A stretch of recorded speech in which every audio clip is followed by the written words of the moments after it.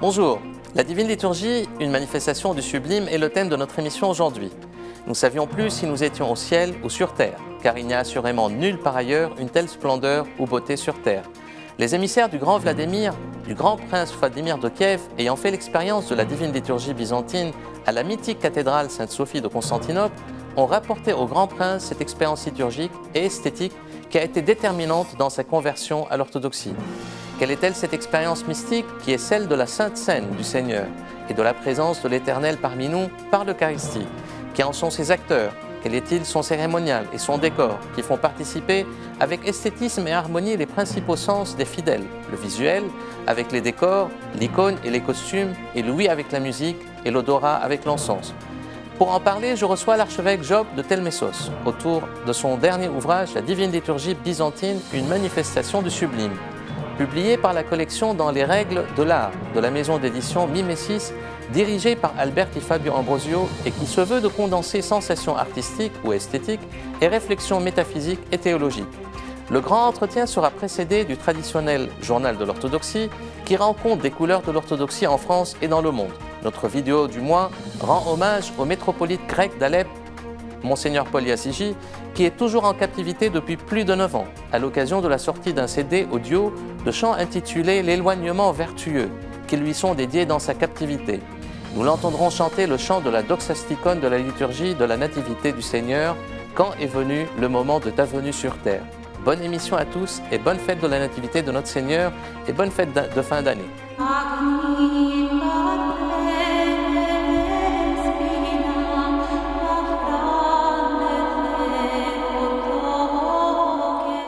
Istanbul, le patriarche œcuménique de Constantinople, Bartholomée Ier, a présidé le 29 novembre les vêpres à l'occasion de la fête de Saint-André, fête du siège de Constantinople à laquelle a pris part une délégation du Vatican conduite par le cardinal Koch. Il a auparavant effectué une visite officielle en Grèce où il a eu des discussions avec l'archevêque d'Athènes, Jérôme. Ils ont co-présidé avec leurs délégations respectives la Divine Liturgie pour la commémoration du 30e anniversaire de l'accession au trône de Constantinople du patriarche Bartholomée. Le patriarche a eu pendant son séjour plusieurs rencontres avec les plus hautes autorités grecques, en commençant par la présidente de la République, Madame Sakellaropoulos, où il a été reçu à l'Académie d'Athènes et a pris part à une cérémonie d'hommage spécialement dédiée à son pontificat, présidée par le Premier ministre grec Mitsotakis.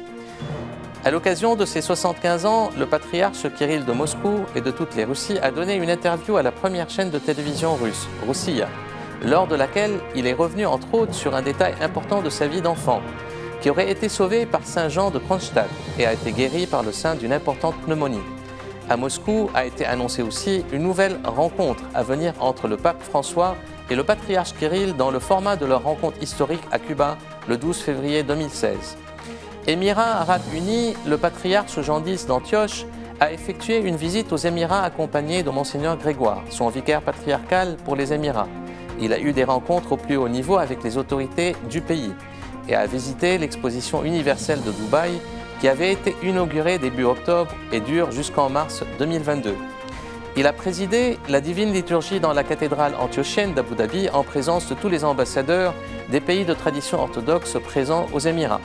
Le patriarche Jean X a eu l'occasion aussi d'appeler le patriarche Bartholomée pour s'enquérir de sa santé après les difficultés qu'il avait eues pendant son séjour aux États-Unis. À Damas, le patriarche avait présidé à l'ordination épiscopale de l'archimandrite Arsenios Nadal, qui va servir auprès de lui au siège du patriarcat comme vicaire patriarcal.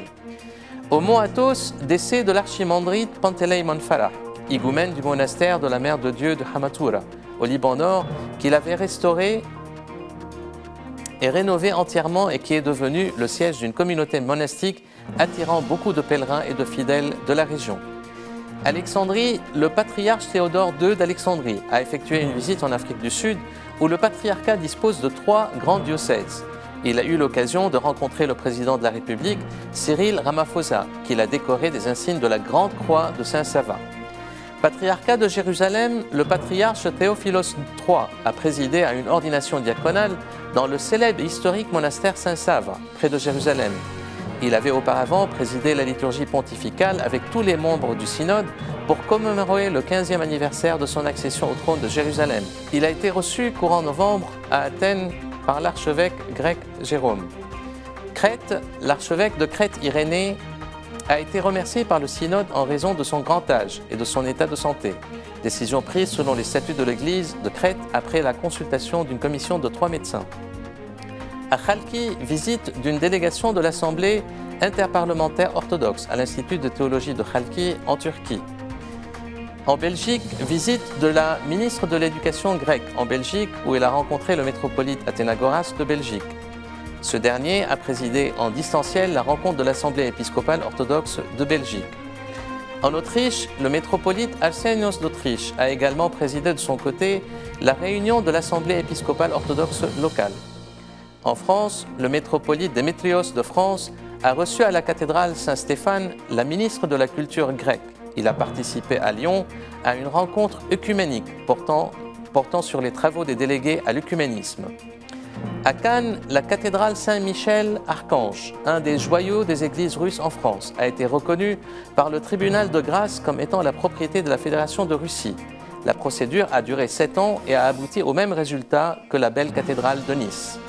Le père Jivko Panev, fondateur du site orthodoxie.com, a été promu comme chevalier dans l'ordre du mérite national. À Égine, plusieurs célébrations le 8 novembre dernier pour le centenaire du repos en Christ de Saint Nectareos d'Égine, archevêque de la Pentapole, décédé à Athènes le 8 novembre 1920. Le film qui lui a été récemment consacré continue à accumuler succès et différents prix. Publication, 12 nouveaux titres viennent de paraître de l'archimandrite Élie du monastère de la Transfiguration sur des sujets divers portant sur le monachisme, l'obéissance monastique, l'espérance, l'école de la liberté, famille, jeunes et orthodoxes, les défis contemporains. À venir, 2 ouvrages attendus aux éditions des Syrtes. Mont Athos, carnet 1974-2015 de Jean-Claude Larcher. Étape de la vie spirituelle de feu le métropolite Antoine Blum. Et tout de suite, le grand entretien.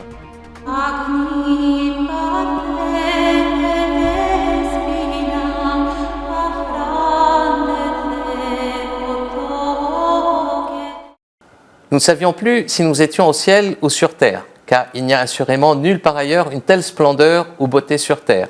C'est ainsi que s'exclamèrent les émissaires du grand prince Vladimir de Kiev, de retour de Constantinople, ayant fait l'expérience de la divine liturgie byzantine à laquelle ils assistèrent à la mythique cathédrale Sainte-Sophie de Constantinople. Quelle est-elle cette expérience liturgique qui a été déterminante dans la conversion du grand prince et de son peuple à l'orthodoxie? Quelle est-elle cette expérience mystique qui commémore et actualise la Sainte Seine du Seigneur et qui affirme la présence de l'Éternel parmi nous, selon les termes des émissaires slaves qui rapportèrent au grand prince, je cite, « Nous ne pouvons, grand prince, vous la décrire. La seule chose que l'on sache, c'est que Dieu habite là parmi les hommes. » Quelle est-elle donc cette sainte et divine liturgie qui est centrée sur l'Eucharistie? Qui en sont ses acteurs? Quel est-il son cérémonial et son décor qui font participer avec esthétisme et harmonie les principaux sens des fidèles? Le visuel avec les décors, l'icône, l'iconostase, les costumes et l'ouïe avec la musique liturgique et l'odorat bien sûr avec l'encens.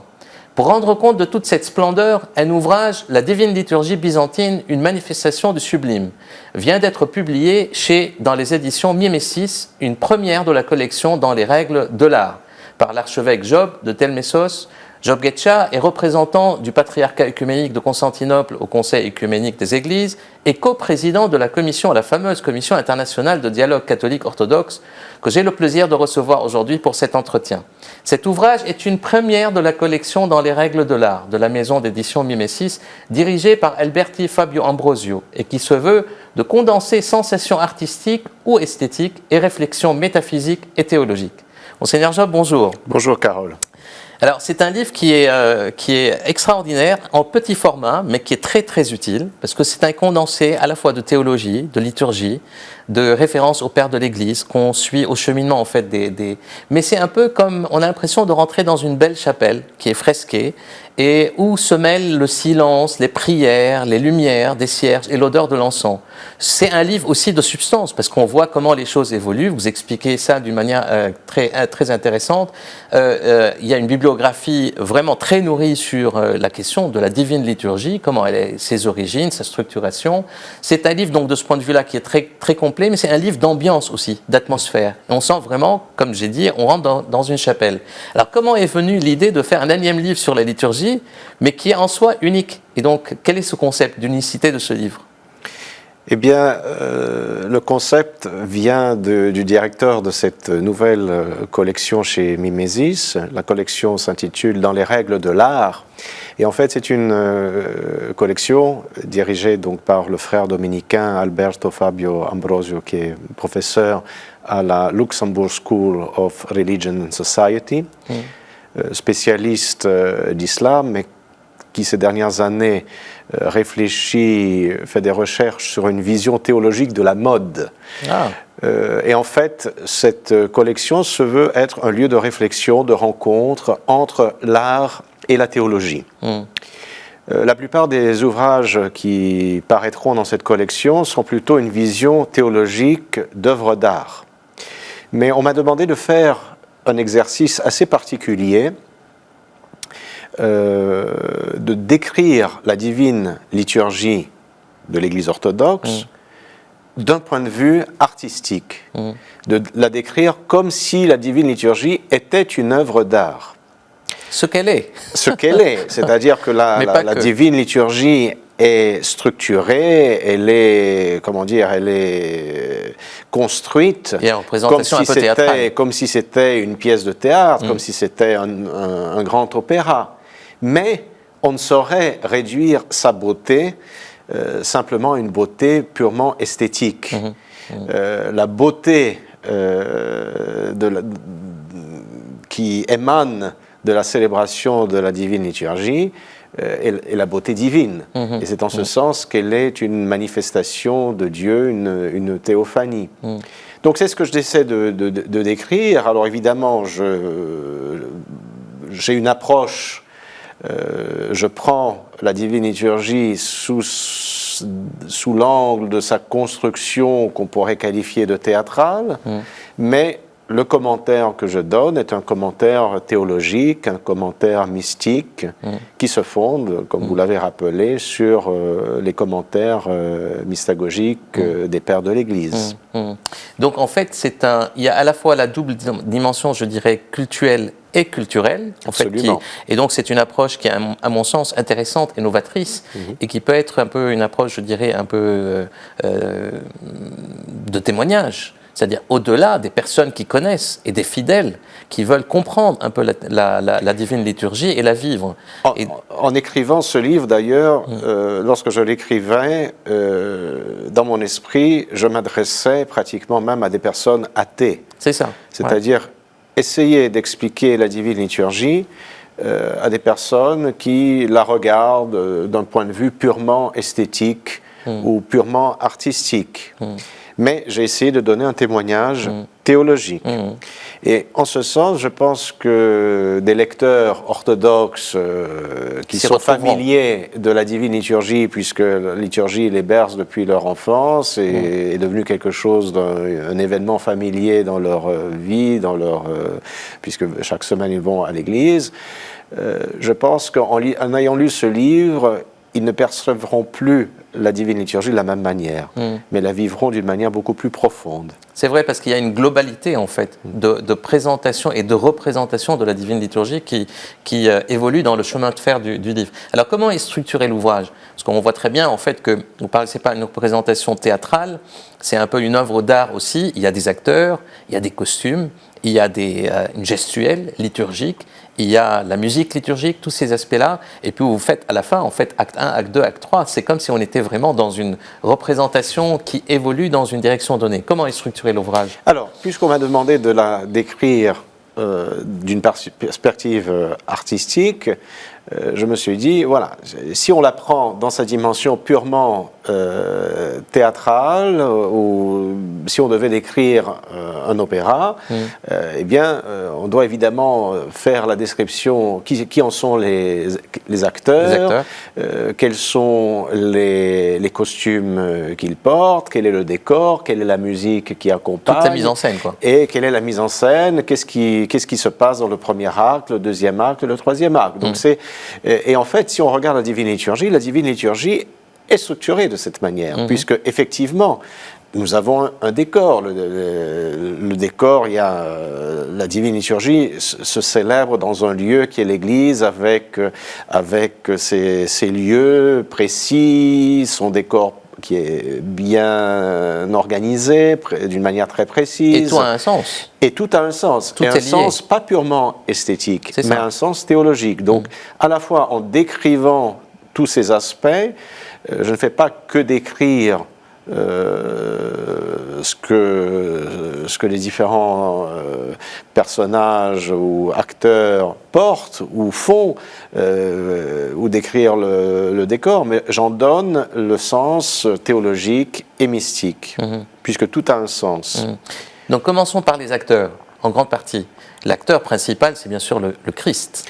Alors, c'est un des aspects que je souligne à travers le livre, c'est que, évidemment, nous avons comme acteurs célébrants de la divine liturgie, nous avons l'évêque, les prêtres, les diacres, les chantres. Donc, si vous voulez, ce sont les acteurs ou les célébrants terrestres. Mais à travers eux, se déroule une action divine. Un des points de vue, un des fils conducteurs dans ce livre, c'est ce qu'on appelle aujourd'hui la typologie. La typologie, donc la typologie fait résonner un type et un antitype. Une image de quelque chose qui n'est pas visible. C'est le typos en grec. Le typos en grec, qui est quelque chose de beaucoup plus fort que l'analogie ou le symbolisme. Oui. Trop souvent, à la fin du XIXe siècle et encore au début du XXe siècle, on avait une conception purement théâtrale ou représentative de la liturgie, comme quoi telle chose est symbole d'une autre chose. Mais la typologie, c'est quelque chose qui a été déjà utilisé déjà par saint Paul. Lorsque saint Paul, dans la première épître aux Corinthiens, dans le chapitre 10, fait une lecture de l'Exode, la sortie du peuple hébreu d'Égypte et la traversée du désert, et il commente ce passage de l'Exode où le peuple hébreu, après une très longue pélégrination dans le désert, est assoiffé, et Moïse, avec le bâton, fait jaillir d'un rocher de l'eau pour abreuver le peuple d'Israël. Saint Paul, dans la première épître aux Corinthiens, chapitre 10, verset 4, nous dit « Et ce rocher était le Christ ». Il ne nous dit pas que ce rocher symbolisait le Christ. C'est une présence réelle. Annonçait le Christ à venir, mais il dit que le rocher était déjà le Christ présent dans le rocher. Et dans la liturgie, dans la célébration de la liturgie, évidemment, nous avons différents acteurs qui célèbrent, qui interviennent à différents moments, l'évêque, les prêtres, le diacre, les chantres, mais sous ces différentes actions, c'est toujours le Christ qui est l'acteur principal, qui agit et qui intervient. Donc à un moment donné, en fait, pour un peu conclure sur cet aspect, vous dites que la liturgie est une théophanie. Donc théophanie, c'est une manifestation de Dieu. Une manifestation de Dieu. Théophanie, généralement, c'est au baptême du Christ qu'on parle de la fête de la théophanie. Tout à fait. C'est une manifestation de la Trinité. Donc, puisque au moment du baptême du Christ dans le Jourdain par Jean, il y a eu cette manifestation du Père qui rend témoignage, de l'Esprit qui descend sous forme de colombe, qui descend sur le Christ qui est baptisé par Jean. Et donc on parle de la fête du baptême dans le Jourdain comme étant la théophanie, puisque c'est le moment où la Trinité se révèle d'une manière visible et compréhensible. De la même manière, Dieu se révèle à nous à travers la célébration de la liturgie, se révèle à nous par la parole, par la lecture de la parole de Dieu, la lecture notamment, entre autres, principalement par la lecture de l'Évangile, et se révèle à nous aussi dans l'Eucharistie par son corps et son sang qui nous sont donnés dans le pain et le vin qui sont sanctifiés durant l'action liturgique. En tout cas, merci beaucoup, Monseigneur. C'est un livre qui est vraiment splendide. Déjà, la couverture, elle est très très belle. Et on sent très bien aussi le côté artistique, je dirais, cette volonté de faire émerger aussi l'art et la beauté. Dostoïevski disait la beauté sauvera le monde. La beauté, c'est le Christ aussi. Et tout dans le monde, en fait, c'est la beauté. Et ce qui est intéressant, en fait, dans le livre, encore une fois, c'est que son format, en petit format, il est très dense d'un point de vue théologique, liturgique et pastoral. Donc ça peut servir vraiment comme une vraie pastorale de la liturgie, pas uniquement pour les athées et pour les autres, mais aussi pour, en grande partie, les orthodoxes, pour se réapproprier la vraie valeur de la liturgie. Et moi, j'ai lu de bout en bout, c'était vraiment hyper intéressant. Et puis, il y a une bibliographie, encore une fois, qui est très, très nourrie à la fin, qui permet d'aller, si on veut avancer, je dirais, d'une manière un peu plus approfondie, poussée. Et donc, un dernier mot, je dirais, est-ce que vous pensez en fait qu'il y aura une suite à ce livre, un peu dans un format plus important, parce qu'il y a quelques visuels à l'intérieur, mais le petit format ne permet pas de faire un peu plus de visuels. Sans doute que quelque chose viendra par la suite. Je tends la perche à votre maison d'édition, là. Je dois dire que la maison d'édition, pour cette collection, ce sont des ouvrages qui sont des ouvrages de poche, qui sont brefs, donc le nombre de caractères était limité, mais ça pourrait tout à fait être l'embryon d'un livre beaucoup plus développé et beaucoup plus illustré à l'avenir. En tout cas, un grand merci, Monseigneur, d'être venu. Et puis, moi, je vous laisse maintenant avec notre vidéo qui rend hommage au métropolite grec orthodoxe d'Alep, Monseigneur Paul Yazigui, qui est toujours en captivité depuis plus de 9 ans, à l'occasion de la sortie d'un CD-ROM d'audio, de chants liturgiques, intitulé « L'éloignement vertueux », qui lui sont dédiés dans sa captivité. Nous l'entendrons chanter ici d'une manière très touchante et émue. Le ton 6 est un ton qui est très touchant. Le chant de la Doxastikon de l'office des matines de la Nativité de notre Seigneur. Et le texte dit, très beau texte, « Quand est venu le moment de ta venue sur terre ?» Lorsque se fit le premier recensement de l'univers, au temps de ta venue sur terre, Seigneur, tu te préparais à inscrire les noms de ceux dont ta naissance fit des croyants. C'est pour cela que fut publié l'édit de César, car l'éternité de ton royaume céleste entra dans le temps. C'est pourquoi nous t'offrons, nous aussi, plutôt qu'un tribut d'or ou d'argent, la richesse de la vraie foi, Dieu sauveur de nos âmes. Et je vous dis à la prochaine émission. Et bonne fête de la Nativité.